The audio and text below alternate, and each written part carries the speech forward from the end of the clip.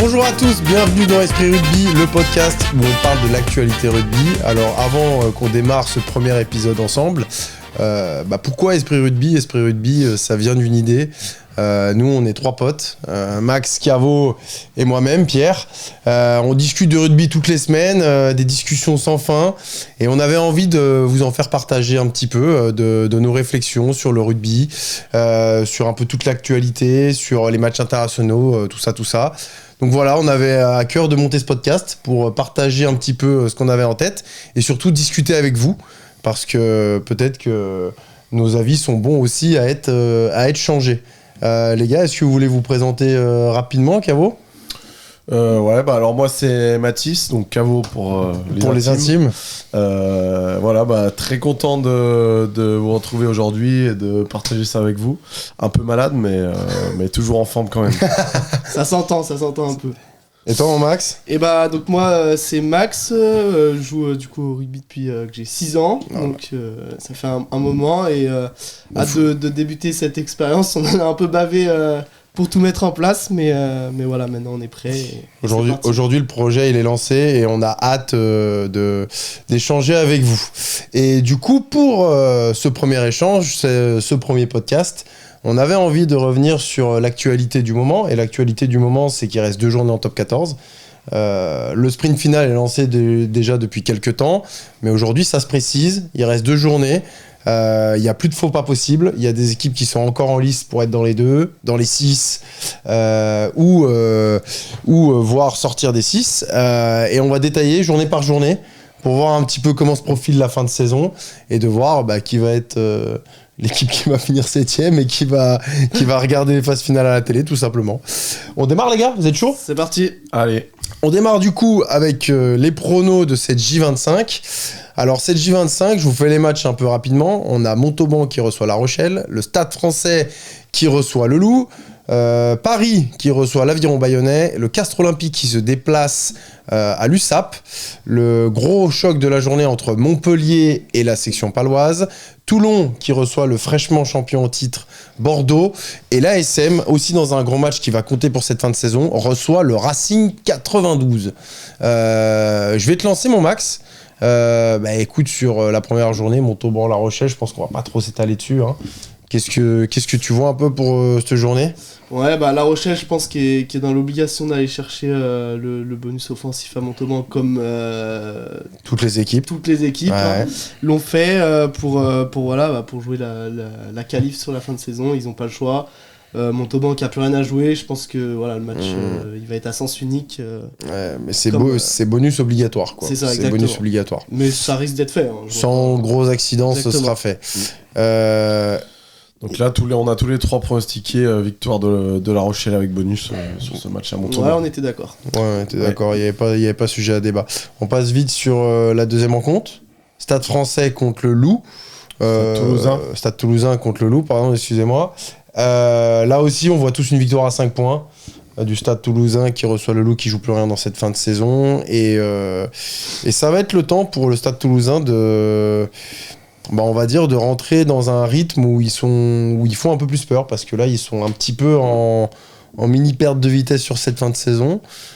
Il y en a un qui veut parler un peu du Stade Toulousain ou... Je pense que là sur ce dernier match, cet avant-dernier match avant les phases finales, ils ont besoin de se rassurer de marquer un gros coup à mon avis contre le Loup, parce que ces dernières journées c'était pas fameux pour le Stade Toulousain, c'était pas le Stade Toulousain qu'on a vu tout au long de la saison, quoi. Et ouais, vas-y mon Max. Ouais, après on entend beaucoup quand même que le Stade Toulousain change de visage à l'entrée des phases finales. Je pense que cette année c'est pas la façon la plus simple. Ils approchent pas ces phases finales de la meilleure des façons, mais je pense qu'ils vont être capables de le faire et qu'ils vont sortir un gros match contre le Loup et se remettre dans les rails. Ouais. Après, il y a des déclats qui sont un peu contradictoires. Il y en a beaucoup qui parlent que dans leur semaine d'entraînement, apparemment, ils ont mis un plus gros volume, une grosse intensité. Dur, ouais, mais je pense que tu vois, quand ça arrive sur la fin de saison, toutes les équipes qui vont être qualifiées raisonnent comme ça. Mais eux, ils ont du mal à trouver une belle confiance sur le terrain. Ils ont quelques leaders qui ont un peu de mal à trouver du rythme sur cette fin d'année. Donc, à voir. Bon, après, là, contre le Loup, il n'y aura pas de sujet. Mais dans les matchs importants, on verra visage du Stade Toulousain. On va voir. Perpignan qui reçoit Castres. Donc là, c'est 2 équipes qui ne jouent comptablement plus rien. Castres n'est même plus en lice pour la 8e place du championnat. En tout cas, mathématiquement, ça va être très compliqué. Là, on voit tous des victoires de l'USAP à domicile. Et toi, Cavo, tu laisses un petit bonus. Ouais, un bonus quand même pour Castres. Je vois quand même un match serré, accrocheur jusqu'au bout. Et rien lâché, ouais. Ouais. Mais aujourd'hui, l'USAP a besoin aussi de prendre du rythme parce qu'eux, ils ont leur phase finale à eux qui arrive. Ce barrage. On verra un petit peu la fin de son projet de ski de profil, mais c'est pas le moment de faire des mauvaises performances, quoi. Max, je te lance sur Bayonne qui se déplace au Stade Français. Ouais, Bayonne, l'équipe en difficulté, enfin pas en difficulté, mais voilà, très mal payée en tout cas cette année. Chez un gros, qui se déplace chez un gros, je pense qu'il n'y aura pas match non plus. Pareil, le Stade Français, ils doivent gagner et je pense qu'ils vont prendre le bonus avec ça. On voit aussi tous les 3 le Stade Français prendre le bonus. Hein. Tu voulais dire un petit mot sur cette équipe du Stade Français? Non, rien de particulier. Le Stade Français qui est très en forme et qui va essayer d'aller chercher, je pense, une 3e place au classement. Donc victoire avec bonus impérative pour le Stade Français. Aujourd'hui, il y a des équipes qui, sur justement cette fin de saison de top 14, ont pu un peu plus centrer leur force justement sur cette compétition. Stade Français fait partie de ces équipes qui finissent fort la saison, au même titre que d'autres dont on va parler après. Mais le Stade Français aujourd'hui, ils ont vraiment leur carte à jouer sur les phases finales qui arrivent et dont ils vont résolument prendre part en fin de saison. Puis c'est une équipe qui a été quand même constante sur toute la saison. Il y a peu d'équipes qui ont été vraiment constantes. Et eux, ils l'ont été. Mais tu vois, eux, ils ont gardé leur rythme parce que ils ont accepté de se déplacer. Là où sur une première partie de saison, il y a beaucoup d'équipes qui étaient déjà dans le management, tout ça. Eux, ils sortaient d'une saison, l'exercice de l'année dernière, qui n'était pas concluant. Donc ils avaient besoin de se retrouver un petit peu au niveau de l'identité du rugby. Donc ils avaient fait un peu le choix de jouer tous les matchs à fond. Ouais, ils ont jamais vraiment fait tourner. Ouais. Non, et au début d'année, ils ont eu des difficultés. Ils ont perdu des matchs. C'est sur la première partie de saison où ils perdent pas mal de matchs à l'extérieur sur des petites décisions, des matchs qui se jouent vraiment dans les dernières minutes. J'ai en mémoire, c'est à Clermont où ils perdent vraiment. D'ailleurs, sur un essai un peu litigieux, peut-être avec un avant de Clermont sur la dernière action. Ils étaient pas loin de gaper, mais du coup, cette constance qu'ils ont eue sur toute la saison fait qu'aujourd'hui, ils ont du rythme, puis ils sont sûrs de leur force surtout. Ouais. On passe au gros morceau de la journée. Montpellier qui reçoit la section dans un match qui sent bon déjà les phases finales et pourquoi pas la qualification directe en demi. Je te lance toi, mon Cavo. Comment tu vois ce match? Là, clairement, c'est le match de la 2e place. Hein. C'est l'équipe qui va l'emporter. C'est l'équipe qui va avoir de grandes chances de finir 2e et qualification directe pour les demi.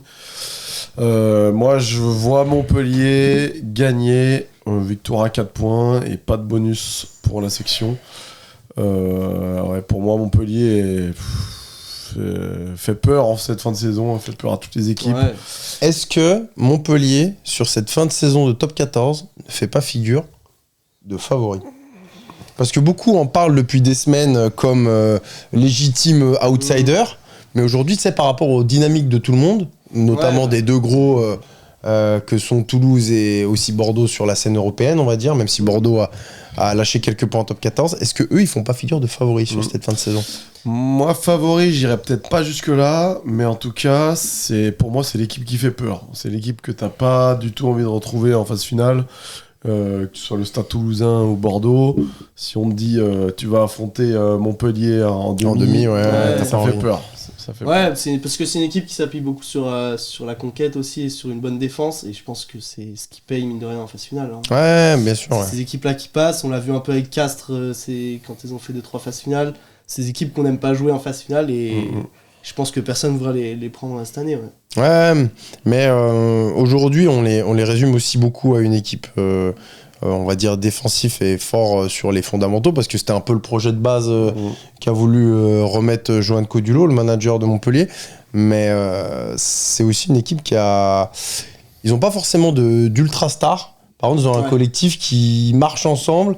Et là, plus les semaines avancent, plus ils trouvent du rythme, même offensivement. Enfin là, Le dernier match qu'ils ont joué en challenge, bon, même s'ils ont joué contre une équipe qui était un petit peu fatiguée en finale contre l'Ulster, ils ont quand même montré de belles choses aussi offensives. Hein. C'est vraiment une équipe. Moi, c'est pas, je les juge pas non plus comme des favoris comme vous, mais attention de chez attention. Hein. Franchement, ce serait pas volé que Montpellier aille chercher un bouclier en fin d'année. Hein. Non. Et du coup, sur ce match, parce qu'on n'a pas parlé de nos pros de ce match, on voit tous les 3 Montpellier vainqueurs. Par contre, un truc qui pourrait jouer dans la balance à la fin, c'est que toi, Max, par exemple, tu laisses la section avec un bonus def. Ouais, bah la section qui est en forme, je pense, en ce moment, qui revient bien, qui a un petit moment de creux, mais là, qui est revenu à son top niveau. Voilà, dans un match très important, je pense que ça va être un match serré, un match type phase finale, quoi. Donc moi, je les vois bien accrocher un petit bonus défensif. Ouais, et tu vois, la section, je te coupe, mais est-ce que là, elle va pas passer sur la fin de saison au révélateur de son projet? Tu vois, son projet qui évolue petit à petit. Là, cette année, ils ont enfin passé le mur un petit peu de décembre-janvier, où à chaque fois, Pau faisait des bons débuts de saison et après se prenait le mur à avoir des rotations un peu plus courtes, un groupe moins étoffé. Là, ils ont passé le cap. Par contre, on a un deuxième à passer. C'est maintenant les matchs qui comptent. Ouais. Et on voit que quand ils ont reçu Clermont, qui était venu faire un gros match chez eux parce qu'ils étaient en quête de points, c'est pas la meilleure version de Pau qu'on a vue. Hein. Enfin, c'est un Pau qui était certes au niveau du top 14, mais qui n'était pas souverain non plus chez eux. Hein. Donc. Ouais, non, je suis d'accord. Après, moi, je les vois quand même accrocher.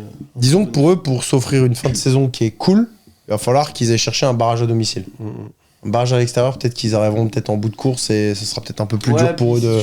Je pense que c'est un match où ils ont rien à perdre et derrière ils reçoivent Montauban, donc peut-être aussi au niveau de la gestion, voilà, des mecs, enfin là ils vont envoyer leur grosse équipe, en tout cas ça c'est sûr, donc ça va compter aussi sur le résultat final. Quoi. Ouais, rien à perdre, je sais pas, je pense qu'ils vont quand même y aller avec, parce que là s'ils gagnent ils sont assurés d'être deuxième, donc ouais, ils ont quand même une deuxième place à perdre, moi je pense. Ouais, c'est plus une deuxième place à aller gagner que pour moi. Mais... Ouais. Bah, par rapport à tout ce qu'ils ont construit cette année, je pense que ce serait pour eux, ce serait une vraie déception de ne pas être deuxième et qualifier direct en demi-finale, hein, de devoir se taper un barrage en plus. En tout cas, ce serait pas mérité. Non, ça c'est sûr. Le match suivant, c'est Toulon qui reçoit Bordeaux. Donc là, on a tous vu Bordeaux aller chercher une victoire à Toulon, mais attention, même si Toulon aujourd'hui ne joue plus grand-chose, si ce n'est potentiellement une 8e place qualifiable pour la Champions Cup, sous réserve que le format reste le même. Bordeaux, est-ce que là, ils vont pas vers un piège sur le stade de Mayol? Ben, ils doivent... il y a obligation d'éviter le piège et de gagner des points parce que, au final, la qualification dans les 6, elle n'est pas encore... Non, elle n'est pas encore donnée. Hein. Pas encore donnée, hein, donc pas trop le droit à l'erreur pour Bordeaux, sachant que du coup, ils pourront pas forcément faire tourner. Ils arrivent à... Combien de matchs lancés, je sais plus. Mais une dizaine d'affilée. Je crois qu'ils étaient pas loin de la quinzaine de matchs d'affilée avec la Coupe d'Europe. À la fin, un truc, c'était entre 13 et 15, il me semble. Donc là, ça va commencer à tirer un peu sur les organismes, surtout que victoire de la Champions Cup, ils ont fêté ça. Ouais, il y a des joueurs, disons que t'allais sur leur story Insta le mercredi, ils étaient pas descendus encore. Non, mais attention au piège. C'est à voir comment ils ont géré ça aussi. Après, je pense que les mecs, ils sont hyper pros et voilà, ouais, mais tu vois, hyper pro, mais dans le vécu d'un groupe, et eux, ils sont encore jeunes dans leur histoire et dans leur construction de leur palmarès. C'est aussi une bonne gestion humaine de se dire que quand ils prennent un titre de champion européen, à mon avis... il faut le fêter, ouais, et puis ça lâche un peu la laisse, c'est normal, parce que sinon, les joueurs, faut pas qu'ils repartent sur une frustration. T'imagines, tu sors de ton titre en Champions Cup, et le mardi, on te sort exactement le même programme d'entraînement, comme si tu préparais un match de top 14 normal. Il est pas normal parce que tu sors avec tes champions d'Europe. Hein. Tu vois, moi, même Bordeaux avec un entraînement le vendredi, je les vois gagner un Toulon qui a plus rien à jouer. Je pense que c'est des mecs qui n'ont pas besoin de faire une semaine d'entraînement complète. Les derniers matchs en top 14 de Bordeaux te donnent pas raison. Ouais, t'as mis Bordeaux qui gagne aussi. Hein, oui, non, mais parce qu'au final, ils vont se centrer sur leur objectif. Mais là, on décelait surtout de est-ce que c'est un match piège. Ah bah oui, non, mais c'est Ouais, sûr. c'est un match piège. Ah bah oui, clairement. Tu vois, ça a tout d'un match piège. Bah, toi, Ouais. tu laisses d'ailleurs Toulon avec un bonus défensif. Ouais, ça va être compliqué quand même. Non, Mais et avoir l'équipe qu'ils alignent, c'est aussi, tu vois, intriguant. Est-ce qu'ils vont y aller en reposant un petit peu ceux qui ont eu un gros temps de jeu en Champions ou pas? Je pense pas qu'ils vont trop faire la passe. À mon avis, on devrait retrouver les Lucu, Jalibert ouais, et ils peuvent pas, de toute façon. je pense que ça. Et la bonne nouvelle au passage, c'est que a priori, bon, on attend les dernières informations, mais ce serait pas si grave pour Woki qui était sorti a priori sur grosse blessure de ce match de Champions contre le Leinster, mais a priori, ça a plus de peur que de mal. Ouais. Le dernier match de cette journée, c'est Clermont qui reçoit le Racing. Et là, Cavo, est-ce que tu peux nous parler un peu plus de la situation de Clermont là, sur cette fin d'année là Là, Clermont, c'est pareil. Hein, s'ils veulent rentrer dans les 6, ou en tout cas y rester, ils n'ont pas trop le droit à l'erreur. Et ça risque de se jouer, on le verra à la fin avec le classement, nos pronos sur le classement, mais sur des bonus. Ouais. Et Clermont, pour moi, a l'obligation de prendre le bonus offensif là, contre le Racing. Et ça va être difficile. Ça va être difficile. Ouais, ça va être difficile de partir sur une victoire bonifiée de Clermont, d'autant plus que le Racing, s'ils perdent celui-là, c'est mort. Il y a plein en fin de saison. Ouais, c'est ça aussi. Ils finissent en dehors des 6, donc là, c'est victoire obligatoire pour les deux équipes. Moi, dans mon, on va dire, chauvinisme de jaunard, j'ai mis une victoire bonifiée pour Clermont. Mais vous, non. Ouais, c'est une ça, ouais. victoire simple. Victoire simple, ouais. Je me dis que ça va peut-être plus s'arbitrer sur la dernière journée, sur celle-là. Bon, après, c'est le cœur d'Auvergnat qui parle, même si je suis pas complètement. Mais... En fait, moi, ce qui m'a fait un peu douter sur le bonus off, c'est que clairement, elle a un peu été en dents de scie quand même durant toute la saison, je trouve, avec des très bonnes performances, mais aussi des performances un peu moyennes. Mm-hmm. Je savais pas trop où les placer encore sur ce dernier match. J'avais pas mal d'incertitudes, quoi. Ah, mais tu vois, est-ce que Clermont, on parlait de Pau qui était encore à la recherche, on va dire, de repères dans les matchs qui comptent. Clermont, tu sens que c'est une équipe, plus c'est dur, plus ils sont au rendez-vous. Tu vois, ce déplacement à Pau, qui avait tout d'un déplacement un peu périlleux pour eux. S'ils perdaient, ils disaient adieu au top 6 en fin de saison. Ils sont allés ils ont failli prendre une victoire chez le deuxième du top 14. À Quoi. Toulouse aussi, pareil. Ouais, à Toulouse aussi. Je sais pas, moi sur cette fin de saison, je les sens différents. On passe à la J26 ? Allez. Alors, la J26, là, cette journée, elle va être plus drôle à pronostiquer parce que déjà on tombe pas d'accord, donc on va vous faire tous les matchs mais assez rapide. Aviron Bayonnais USAP, Bordeaux Clermont, Castres Toulon, le Racing dans un grand match qui reçoit Toulouse, La Rochelle dans un énorme match sur la dernière journée qui va recevoir le Stade Français Paris, Pau qui reçoit Montauban et le Loup qui reçoit Montpellier. Donc on démarre messieurs avec le premier match et je vais donner la parole à Baptiste. Bon courage. Parce que là, on tombe pas d'accord. Et alors, premier match, du coup, Bayonne qui reçoit l'USAP. Moi, je vois Bayonne gagner avec le bonus contre l'USAP. Voilà. Allez, justifie. Allez, non, en vrai, il y a une que- justification entendable. Mais bien sûr. Parce là, que j'ai dit ça. déjà, Bayonne reçoit, quoi. Mais, Ouais. Pourquoi est-ce que vous voyez l'USAP gagner à Bayonne vous Alors, moi, déjà, moi, j'y juge comme une victoire assez... Enfin, pas large, mais je vois l'USAP aller faire un gros match à Bayonne pour se préparer à ce match d'Access. Mais bon, après une dernière réception à Bayonne, franchement, celui-là, j'ai hésité. Mais je sais pas, j'ai eu envie de me dire que l'USAP va aller le prendre à Bayonne pour finir sa saison un petit peu avec du rythme et bien préparer cet Access. Est-ce que Bayonne aussi va le jouer ? Tu vois ? Oui. Ouais, quand même. Un match je à pense que domicile, les derniers joueurs, c'est leur dernier match à domicile, les joueurs qui s'en vont. Oui, mais... Oui. Non, mais... tu m'aurais dit ça l'année dernière, je t'aurais dit oui. Mais là, Bayonne, cette année, C'est triste. il y a un truc qui s'est cassé. Hein. Ah oui, Il y a un truc qui s'est cassé parce que le projet, il a pris un énorme coup d'arrêt.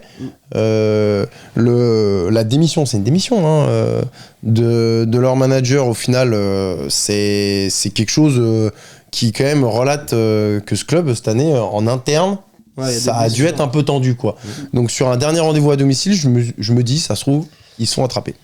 Ouais, parce que Caveau, il pense que Perpignan va faire tourner. Moi, je pense que Perpi va y aller les mains dans les poches pour faire du frais avant leur match d'access. Donc, Ouais. c'est pour Ça que, s'enchaîne. Il n'y a pas une ouais, semaine de. non. Ça s'enchaîne. Ah, ça s'enchaîne. Ouais, les sur un mecs. bloc de 3. Ça, c'est possible. Après, on va pas trop s'éterniser parce que comptablement, pour le top 14, ce match ne sert à rien du tout. C'est sans vous manquer de respect, mais aujourd'hui, c'est déjà l'époque des barbecues pour Bayonne sans problème, quoi. Donc, si l'USAP décide de pas le jouer, il y a très peu d'intérêt à ce match. Non, et il sert à rien comptablement, mais entre nous, c'est quand même moi qui aura le meilleur prono. Bordeaux, Clermont. Donc là, l'état des lieux, on l'a dit pour la J25, c'est que Clermont, pour espérer se qualifier dans les 6, doit aller ramener quelque chose de Bordeaux, au moins un point. Comptablement, il faut qu'ils prennent 6 points en 2 matchs pour espérer être dans les 6. Ouais. Donc ça veut dire une victoire et 2 bonus, ou alors plus de victoires. La victoire sur le terrain bordelais, ça paraît compliqué, mais toi, Cavo, tu vois Clermont ramener un bonus. Bah ouais, je pense qu'ils vont... ils sont capables de tout. Bordeaux, pareil, encore une fois... qui n'auront pas le droit de faire tourner, la fatigue accumulée les dernières semaines. Je vois Clermont quand même aller chercher un bonus défensif. Ouais. Moi, je vois Bordeaux aller chercher un bonus off au détriment, tu vois, parce que je les vois un peu monter en puissance sur cette fin d'année, mais c'est la condition de est-ce qu'ils sont en fraîcheur physique ou pas, quoi. Ouais, après... S'ils sont à leur niveau, il n'y aura pas... Ouais, voilà, surtout quand ils reçoivent et quand ils sont à domicile, mais puis aussi ils sont encadrés par aujourd'hui, tout le monde le relate comme le meilleur prépa niveau rugby de France par Thibaut Giroud. Est-ce que ça, c'est pas quelque chose qu'ils ont réussi à gérer ? On sait pas, à voir. Mais cette fin de saison, elle sera intéressante parce qu'elle mettra aussi en lumière quel était le réel niveau de Leinster dans cette finale de Champions. Est-ce qu'au final on n'est pas tronqué par ce résultat et cette domination bordelaise en finale? Est-ce que là ils vont pas retomber dans des matchs où on les sent un peu moins près comme les dernières saisons pas les dernières saisons, les dernières journées de top 14 simplement? Ouais, c'est possible parce que là c'est un vrai match de phase finale avant l'heure, quoi. À voir.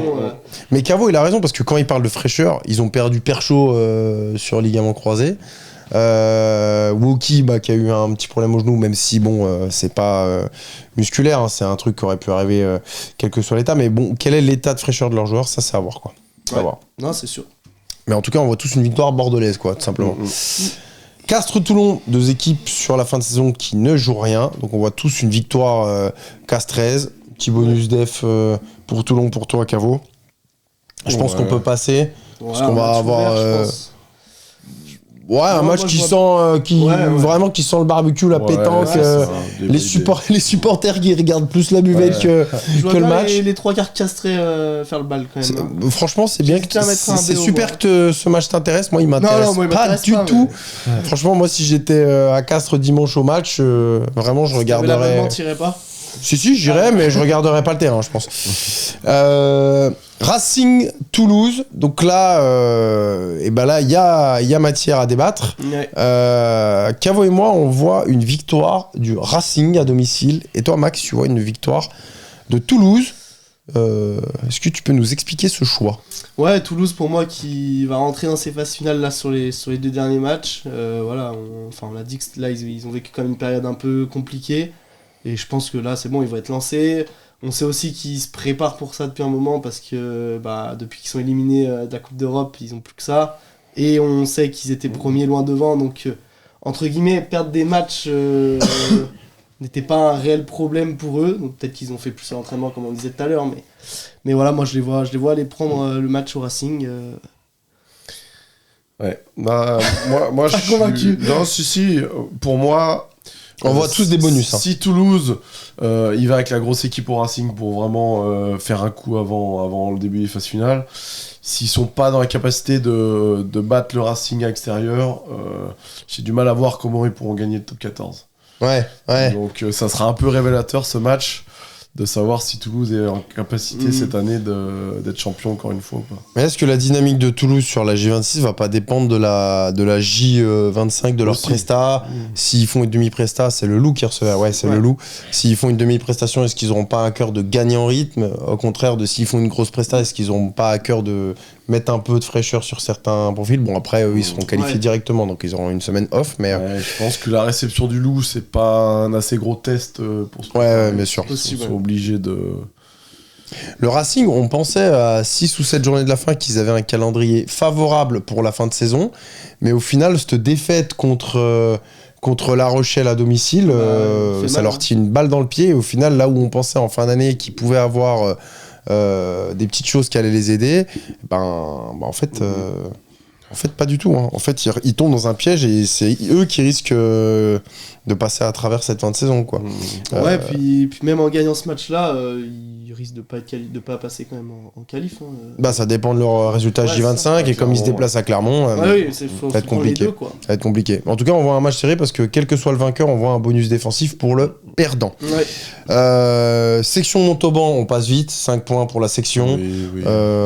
S'ils sont qualifiés direct en phase finale, peut-être qu'ils vont laisser une équipe pour garder du rythme. Si jamais ils doivent aller chercher un barrage, ils vont mettre une équipe pour, au contraire, gagner en repère collectif.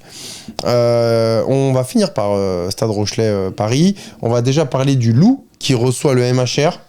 Donc là, on voit tous une victoire à l'extérieur du MHR, mais sans bonus. Sans bonus. Pareil, encore une fois, hein, Montpellier, s'ils veulent finir deuxième, pas le choix d'aller. Faut aller le prendre. Le Loup, ils joueront plus rien dans cette fin de saison. Puis c'est pas forcément l'équipe qui, on va dire, a le plus gros, on va dire. Plus gros Sam. La plus grosse âme à domicile de se dire on défend notre territoire. Disons que c'est plus facile de se déplacer au Loup en fin de journée que peut-être se déplacer sur le terrain de Toulon ou de Bayonne. Déjà, je pense qu'ils n'ont pas un gros public comme tu disais Toulon ou La Rochelle, comme ça quoi. Je pense. Ouais, puis cette année le Loup, moi en tout début de saison, ça manquait sûrement un peu de rota devant, notamment sur le 5 de devant, ils étaient un peu plus courts. Mais c'était un club qui avait des ambitions. Je sais pas si vous vous souvenez de tout début de saison du Loup où ils étaient vraiment performants, que ça prenait bien Simons, Vainicolo et tout. Tu te disais ils peuvent faire mieux et au final ils sont tombés un peu dans une espèce de faux rythme. Il y a une journée, je crois que c'était contre le Stade Français à domicile où ils perdent contre le Stade Français à domicile et où là c'est déclencheur. Je crois qu'ils avaient fait un peu tourner, ils perdent un match à domicile qui les fait basculer dans le mauvais wagon. C'est une équipe qui apprend. Ouais, il leur manque quand même de la profondeur de banc, de profondeur d'effectif au Loup pour moi. Ouais. Devant, ils ont 2-3 caractères dominants. Après, sinon c'est faiblard quand même. Franchement. Ouais, puis Couillou aussi qui a pas joué de la saison. Je pense que ça leur fait mal aussi. C'est l'importance des leaders quand même dans ce championnat. Donc, Ouais, vous avez compris, on voit bien Loup se faire croquer par Montpellier qui est en forme sur cette fin de saison et qui surtout, à mon avis, va se déplacer. Tu l'as vu le jeu de mots bien senti là. Qui va se déplacer très certainement avec une grosse équipe. Eux, tu sens qu'ils vont finir vraiment. C'est tout droit, ils connaissent le chemin. En tout cas, ils savent où ils veulent aller. Par contre, le match ultra intéressant de cette dernière journée, c'est le Stade Rochelet qui reçoit le Stade Français Paris. Comment on voit ce match? Comment on l'aborde? Paris qui peuvent potentiellement espérer encore un top 2 avant la J26. Oui. Donc en quête d'un exploit entre guillemets. Mais bon, La Rochelle, là, pareil, qui est très en forme, avec un Nolan Le Garec qui est bouillant. Qui est sur l'eau. Chez eux, à domicile, je pense que ce sera pas suffisant quand même pour le Stade Français. L'objectif top 2, je vois bien La Rochelle gagner, du coup valider sa qualif. Ouais. Elle est étrange quand même cette saison de La Rochelle. Hein. Ouais, vraiment. Je les voyais pas du tout arriver à ce niveau-là en fin de... ils ont eu un creux en février. Ils ont eu un creux en février où tu regardais derrière, tu t'es dit oh là là, mais ils vont finir où? Mais bon, ils ont retrouvé, ils ont refait rentrer quelques gars dans leur effectif. Je sais pas, ils ont mené leur bout de chemin. Ils sont à 5 victoires consécutives. Ils sont allés chercher. On sait même pas vraiment quand est-ce qu'il y a eu un déclic. Ça s'est fait un petit peu. Mais c'est une équipe qui est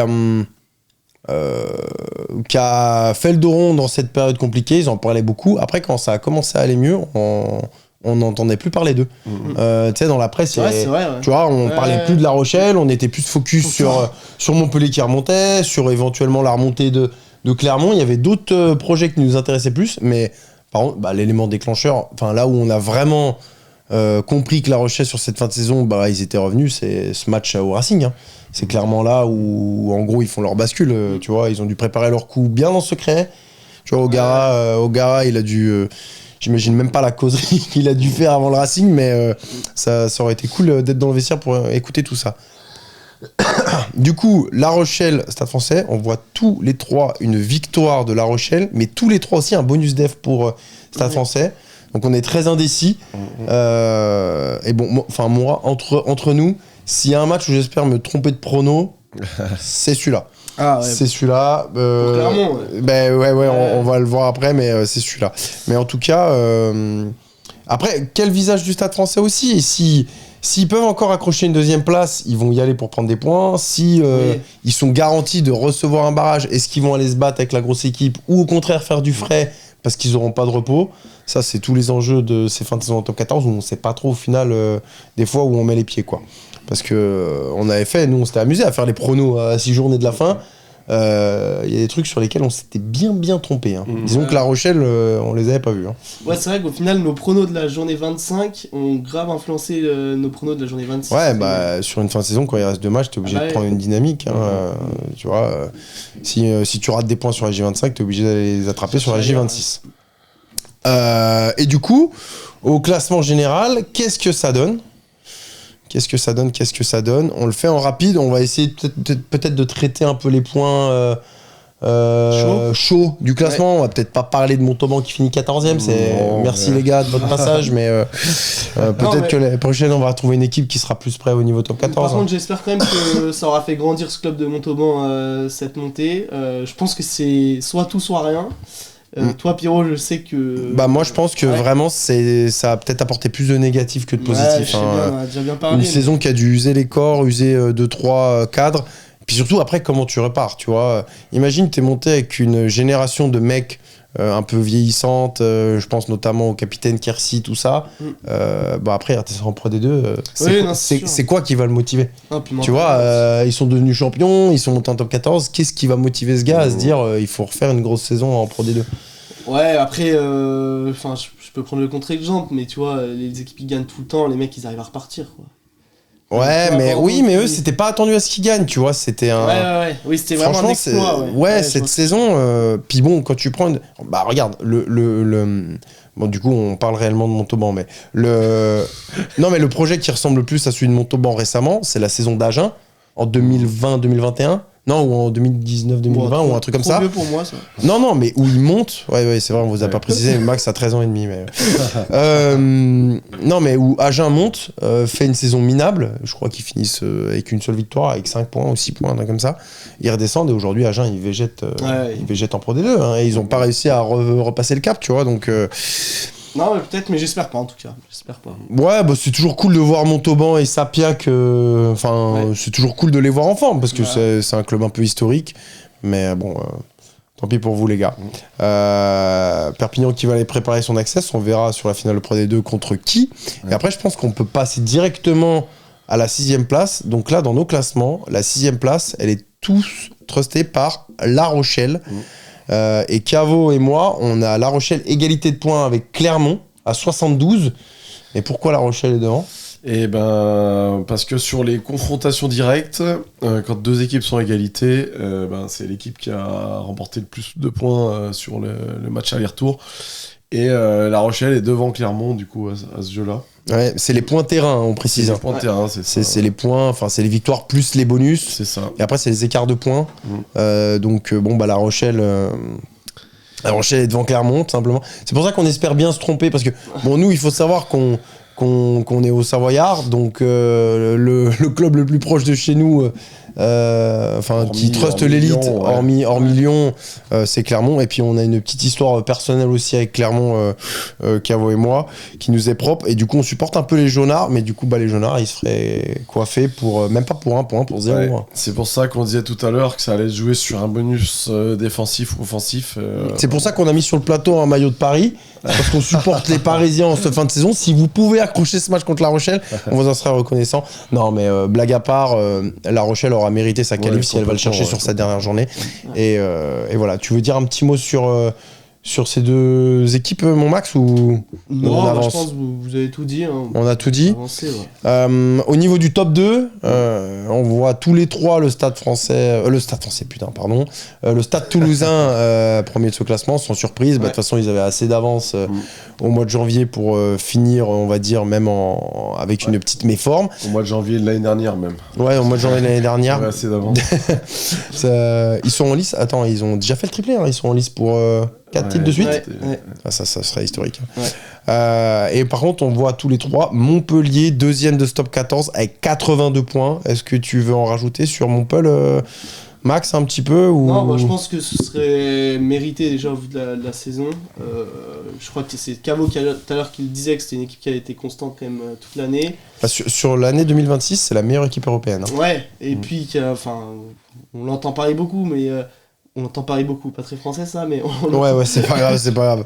On l'entend beaucoup, mais voilà, le projet club aussi derrière, ça récompenserait un peu tout, et je pense que ce serait bien. Et tu vois, Montpellier, l'année dernière, ils avaient eu un exercice compliqué. Hein, c'est l'année dernière où ils étaient en access il y a 2 ans.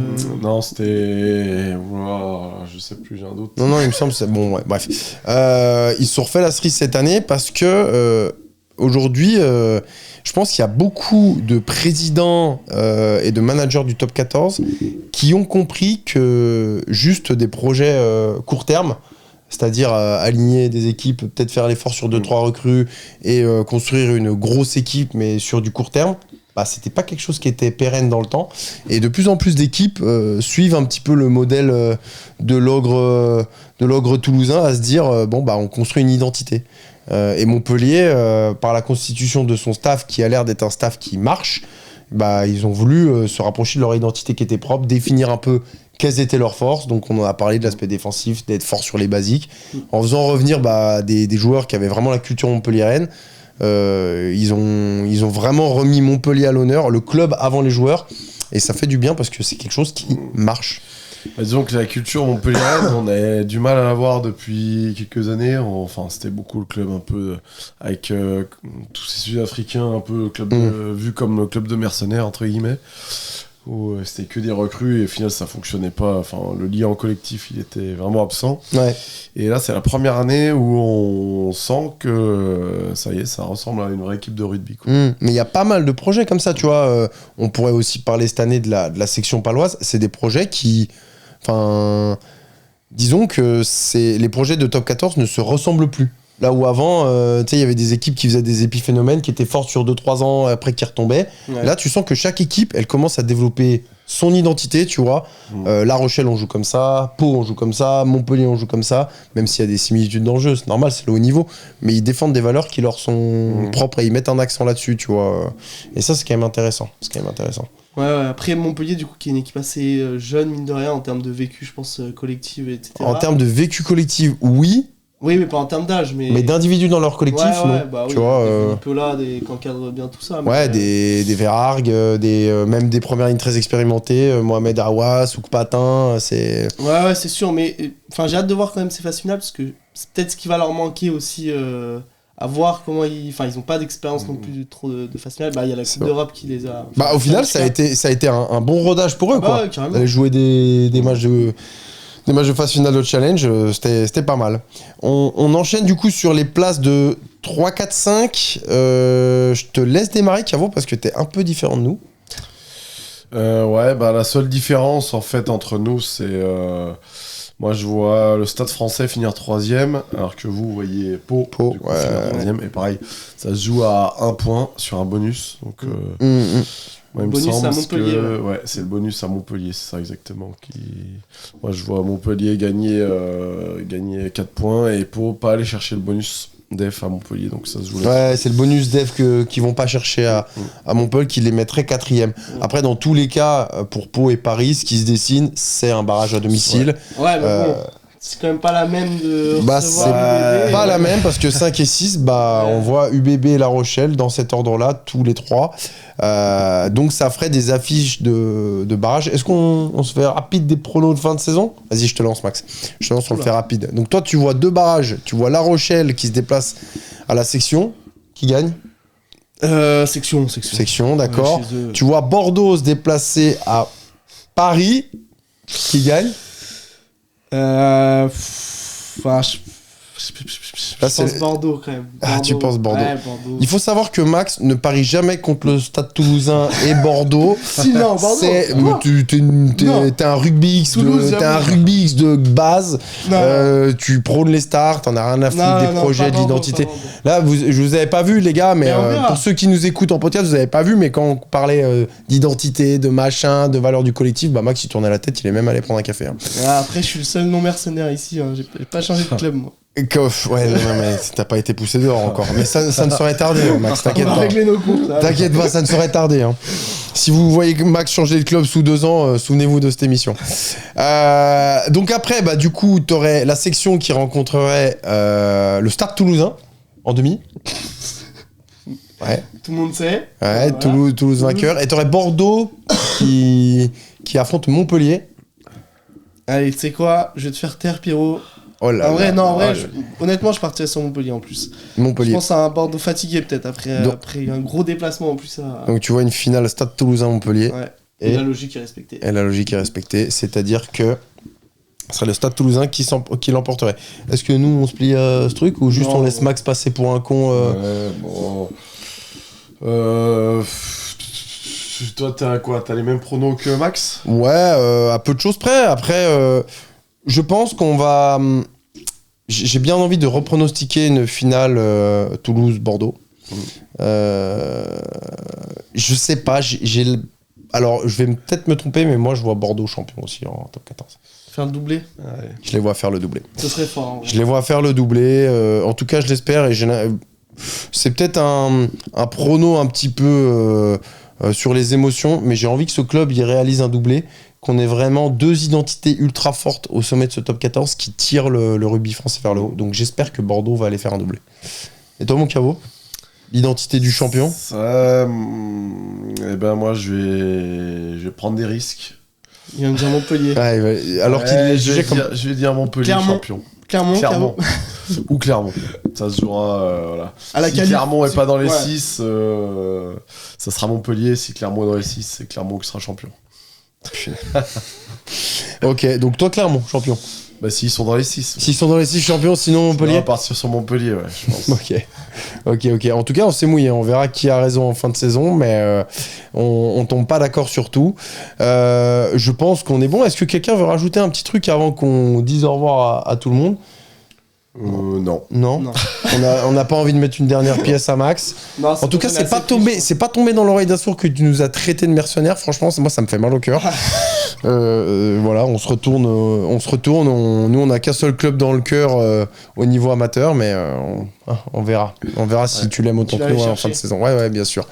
On vous remercie de nous avoir écoutés pour ce premier podcast ensemble. Et écoutez, ça a été un réel plaisir de le tourner. N'hésitez pas, du coup, on lance un petit peu notre petit projet entre potes. N'hésitez pas à vous abonner, à liker le podcast, à le partager. On est aussi sur les plateformes d'écoute, donc on est sur YouTube, mais aussi Spotify, Deezer, Apple Podcast. Donc voilà, n'hésitez pas à nous donner de la force et on se voit vite pour un nouvel épisode. Salut les mecs. Salut à tous. Ciao les poulets.